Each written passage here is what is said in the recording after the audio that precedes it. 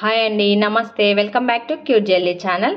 ఈరోజు మనం చేయబోయేది ఒక స్వీట్ రెసిపీ, అది కూడా పచ్చి కొబ్బరిని ఉపయోగించి హెల్దీ వేలో కొబ్బరి బర్ఫీ అనేది చూపించబోతున్నాను. చాలా ఈజీ వేలో చూపిస్తాను. ఈ వీడియోని ఎక్కడ స్కిప్ చేయకుండా చూడండి. ముందుగా నేనైతే పచ్చి కొబ్బరి తీసుకున్నాను. నేనైతే 2 గిన్నెలు తీసుకొని ఈ వెనకాల బ్రౌన్ కలర్ పార్ట్ ఉంటుంది కదా, ఆ బ్రౌన్ కలర్ పార్ట్ అంతటిని రిమూవ్ చేసి ఈ విధంగా చిన్న చిన్న పీసెస్గా కట్ చేసి తీసుకున్నాను. ఈ విధంగా వైట్ పార్ట్ని ఒకటే తీసుకోండి. ఈ వైట్ పార్ట్ని బాగా మెత్తగా మిక్సీ పట్టి తీసుకోవాలి. మనం పచ్చి కొబ్బరిని మిక్సీ పట్టి తీసుకున్నాను. పచ్చి కొబ్బరి మిక్సీ పట్టింది వచ్చేసి మనకు 2 కప్పులు వచ్చింది.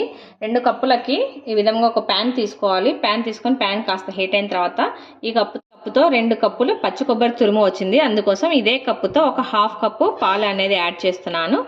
పాలు కాస్త గోరువెచ్చగా కావాలి. పాలు కాస్త గోరువెచ్చగా అయిన తర్వాత మనం మిక్సీ పట్టుకున్న పచ్చి కొబ్బరి తురుముని ఇందులోకి యాడ్ చేసుకోవాలి.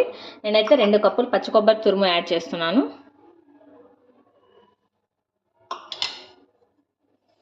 ఈ పచ్చి కొబ్బరి పాలలోకి మిక్స్ చేసుకొని కాస్త బాగా ఉడకనివ్వాలి. మనం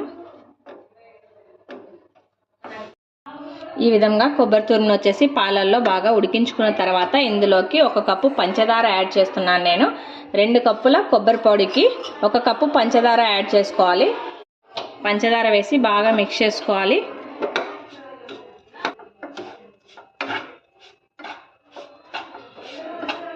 చూడండి, ఈ విధంగా పంచదార అంతా బాగా కరిగిపోయి కొబ్బరితో పాటు పీల్చేసుకుంటుంది బాగా. ఇలాగే మనం ఒక 5 మినిట్స్ బాగా ఉడకనివ్వాలి. అప్పుడే స్వీట్నెస్ బాగా పట్టుకుంటుంది కొబ్బరికి. ఈ విధంగా పచ్చి కొబ్బరి అంతా బాగా పంచదారను పీల్చేసుకున్న తర్వాత ఇందులోకి 1 స్పూన్ నెయ్యి యాడ్ చేస్తున్నాను. నెయ్యి కూడా వేసి మనం బాగా మిక్స్ చేసుకోవాలి.